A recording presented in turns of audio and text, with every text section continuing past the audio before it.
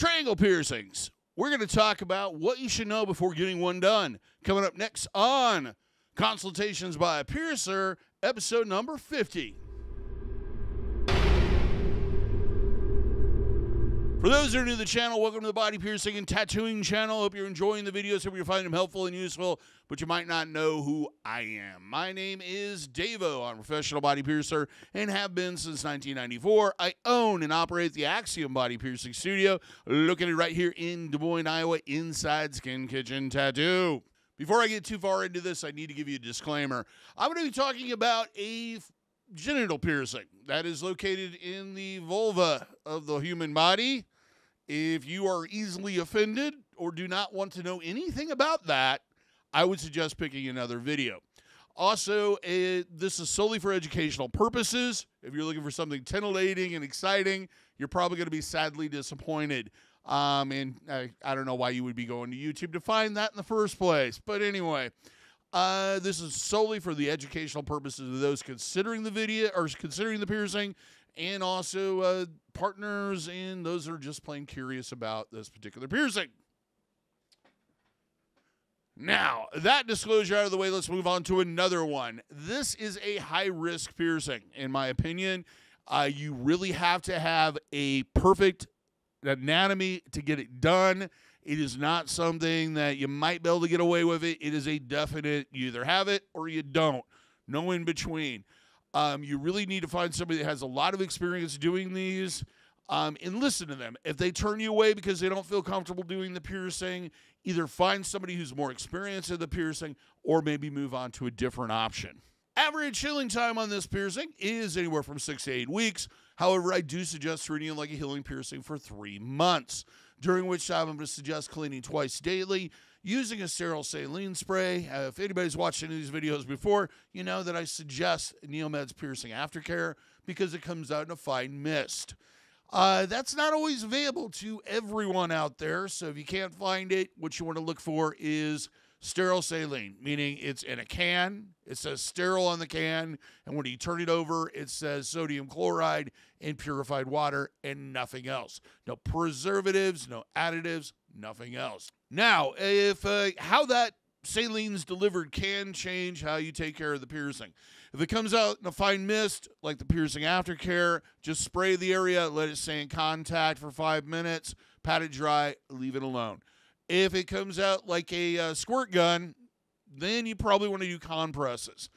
Take a sterile piece of gauze sponge or a folded up paper towel that's clean, saturate it, lay it against the area for about 5 minutes, and then pat dry. You want to do this twice daily throughout the healing period, meaning for a minimum of 3 months or until you stop seeing the discharge, collecting and depositing on the jewelry. The piercing will get that indented or ingrown look to it, and the jewelry moves very freely through the piercing. Now, the other thing I suggest doing is once daily is to, at the end of your shower, stick your pelvis out and let the water flow over the area. What we're doing with the saline and with the rinsing in the shower is we're removing that limp discharge that hardens, collects on the jewelry. And the reason why we want it off there is as the jewelry shifts or moves, it can agitate the piercing. It's very uncomfortable, and it can lead to issues. So we also need to make room for additional discharge. So we're basically trying to get that off there. If you have a situation where it doesn't seem like it wants to come off, or you have an obsessive amount of it, see your piercer, have them take a look at it, and have them clean it for you. Don't run to the bathroom and start pulling out everything that's tipped in cotton or with a sharp point and start digging around in there. You're probably going to cause issues and problems. Okay, let's move on to cross-contamination prevention. Most of this is common sense stuff. Wash your hands how you handle it. Try to handle it by the ends or balls or ball, whatever. Really, the only time you'd have any contact with it is when you're cleaning it, and even during that, really minimum contact. If you have a barbell of some type, either curved or circular, you do want to check the tightness of the balls. That'd really pretty much be the only time you'd be handling that jewelry. No oral contact or exchanging of bodily fluids on near around the piercing for a minimum of 6 months. Now, that doesn't mean you can't have sex for 6 months. That just means that you need to use some type of latex barrier.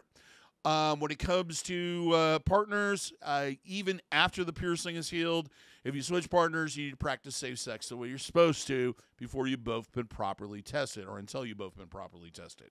Keep your environment clean. Clothing, bedding, towels, anything that may come in contact with a piercing. Do not submerge piercing in bodies of water you can't control the quality of, which is everything but your own clean bathtub. So basically, no swimming. This one, everybody always gives me kind of an odd look. Keep pets away from it. Now, I'm not talking about what you're probably thinking. What I'm mainly concerned about is them having access to your bed and your bedding. You want to basically completely isolate them from that. They carry a lot of fun little microorganisms and et cetera on their fur, and they can easily deposit that onto your bedding, and then that gets to the wound, and then you have an infection. Sex, whenever comfortable, gentle at first. Try different activities. If something hurts, try something else, and do rest to give your body time to recover, or just hold off until it doesn't hurt.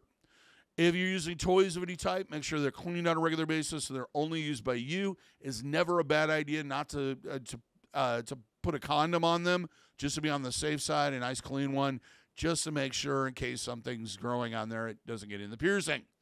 Now, do not use, only use water-based lubricants. If you do use lubricants, make sure that they are fragrance-free, no additives, no warming gels, no numbing gels, no spermicide, none of that stuff. Just plain old-fashioned water-based lubricant. Now let's talk about trauma, clothing, and abuse. Avoid wearing tight-fitting clothing or clothing that rubs against the area. I think the good culprit with this would be very stiff jeans that are very tight. Anything that you wear and you don't feel comfortable in while you're wearing them, I wouldn't suggest wearing them. Sweatpants are a really great thing, or something loose-fitting for that first couple days right after it's done, just to kind of give you some time to recoup. Do not sleep directly on the piercing. Do not spin, rotate, or move the jewelry. It is not a fidget spinner. Do not play with it. Avoid contact with the piercing 100% if possible. Now let's talk about some of the risks that are involved with this piercing. There is a big one, mainly from the standpoint of where we're piercing at in the proximity of some very important nerve endings and stimulation centers. There is a risk of possibly causing some nerve damage if you don't have the correct anatomy or the placement is off. There's also the problem of it being completely not the area, pierced below or off to the side of where it should be.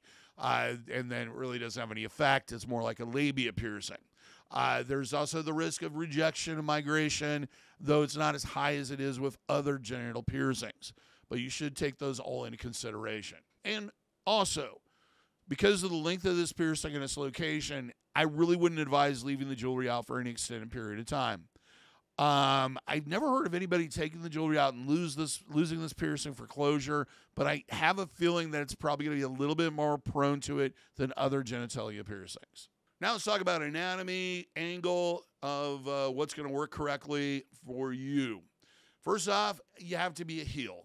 Not H-E-L-L or H-E-E-L, but H-I-L-L. For some of those that have watched the videos in the past have probably already gotten familiar with this, but just in case you haven't, usually vulvas kind of come in two extremes. There is the heel where the genitalia is more outside the body, and then there's the valley where it's almost completely hidden. With this piercing, it's going to do much better, and it's going to be more practical and possible on somebody that is more of a heel, because we want that area out of the body and away from the body. Next up, it should pass the pinch test. Now, the pinch test is we pinch just below the clitoral shaft, and try to find a separate area. Usually, if it's the proper kind or one that you can actually do, that area is easy to lift from the body and separate, and also there's kind of a triangle empty space that's below it. That's where the name comes, and that's where we place it. The area needs to be large enough to support the jewelry in the piercing. If there's not enough room in there to do it safely, then I would advise against it. If it's too tight of an area, there's always that risk of a mistake happening. and not in a place where you want a mistake of happening. It also should be free of large veins or blood vessels. This area sometimes has that. It can be a problem if we do puncture one of those. And to stress this again, the piercing should be placed horizontally, underneath or behind the clitoral shaft in an empty space. There should be no connective tissue feeling, and there are no nerve endings, etc. If you feel around in the area and you have the correct anatomy, I'm pretty sure you can tell on your own, pinching down in the area. A piercer with any experience can probably check it out and know right away whether or not you are a good candidate or not. And that's one of the reasons why I no longer allow appointments for this particular piercing, because we need a consultation beforehand. You need to come in, and I would really advise going and seeing your piercer, doing a consultation, and then scheduling the piercing maybe later, or if they have time, doing it at that point. Jewelry. This one, it really depends on the shape of the anatomy. You can do it with, traditionally they were done with rings or circular barbells. You can also do these with curved or even straight. I've seen curved. Personally, I prefer to do it with circular. I think it looks best, and I think it works best. Curved barbells don't do too bad either. It really depends on how much space and how that jewelry is going to set in there, and that really will dictate the size that is needed. Now let's talk about pain in the piercing experience itself. Most people I've asked say this is on a scale of 1 to 10 is between a 2 and a 6. I've heard very extreme reactions one way or another. Everybody's a little different. Everybody's wired a little different. The one thing I will say about genital piercings is it's usually intense initially, for about the first couple seconds. But unlike other piercings where you have throbbing and aching immediately afterwards, this pretty much, ow, God, it hurts, and then it's over. I've seen this done freehand, but I prefer to do it with forceps. And the reason why is I want to make sure that I've completely isolated the clitoral shaft outside of the piercing area, and also I can double check to see there's no blood vessels in the area. It kind of increases the likelihood of missing the things we want to miss. Once the forceps are on there, it's injected in and through with a hypodermic needle. The jewelry will follow it, usually if it's threaded jewelry with a guide pin, and usually I'll remove the forceps, then put the jewelry in. And basically either the jewelry blood against the back of the needle, or the jewelry with a guide pin pushes the needle out and inserts the jewelry. Then we close it, and you're done. There might be some slight bleeding off and on for a few minutes after the piercing's done. You might notice sometimes they'll bleed off and on for about a day or so. You may have a slight amount of throbbing and aching initially, though with these, they usually fade very quickly. Also, it's going to be very tender to the touch. And that can last a couple weeks in most cases. Now let's go through what you should consider before getting this done. First off, if you are unsure if you have the correct anatomy for this, I really advise definitely find somebody that's well experienced and skilled to pierce this. Do go in with an open mind. If they tell you that, hey, I don't feel comfortable doing this, even though you've done it and you think it's perfect, I would advise not doing the piercing and maybe finding somebody with a tad bit more experience, or just piercing something else. It's always a good idea, so you're not completely disappointed, to have a backup plan when coming in for a piercing like this one. Anatomy is so important. Maybe have a different piercing in mind that you can do instead of this one. Understand this is a rare piercing because of the anatomy needed to get it done. There's a very limited amount of people that can get this piercing, and don't be mad because your body isn't correct. Keep in mind that you're not going to be able to sleep directly on this piercing. If you're a stomach sleeper, take precautions ahead of time to kind of avoid sleeping on your stomach. Common things are sleeping with a body pillow that you cuddle up to, or with a pillow maybe between your knees to keep you from flipping over. If you're involved in a relationship, talk to your partner. This will affect them in some way or shape or form for at least a 6-month period, which is a short period in most relationships. But you need to have their insight on whether or not they're comfortable with it. When it comes down to it, it is your body and it is your decision, but it's always a good idea to have that input and communication with your partner. The other thing is don't do this as a surprise because your partner is coming home from a long business trip or it's Valentine's Day or your anniversary. If you are planning on getting frisky, you do not want to do that with a fresh piercing. Get it done either in advance of it, the date, to make sure that it's healed by the time the event happens, or wait until afterwards. It's just, I've had a lot of clients that come in and do that, and I always try to kind of caution them about it. But and they go through it, and then I talk to them later, and they're like, yeah, it sucked. So do keep that in mind. If you have any special events coming up, maybe hold off until after they're done. The other thing is get frisky with your partner a couple times before you come in to get it done. Get that out of your system. It's a good idea to just kind of enjoy each other for a day or two, maybe beforehand or at night, just so you're both kind of in a more level-headed situation. You cannot swim with this. If you're an avid swimmer or you're training for a decathlon or something where it's going to involve swimming, I advise getting this done either after you're done with that or when you have an off season.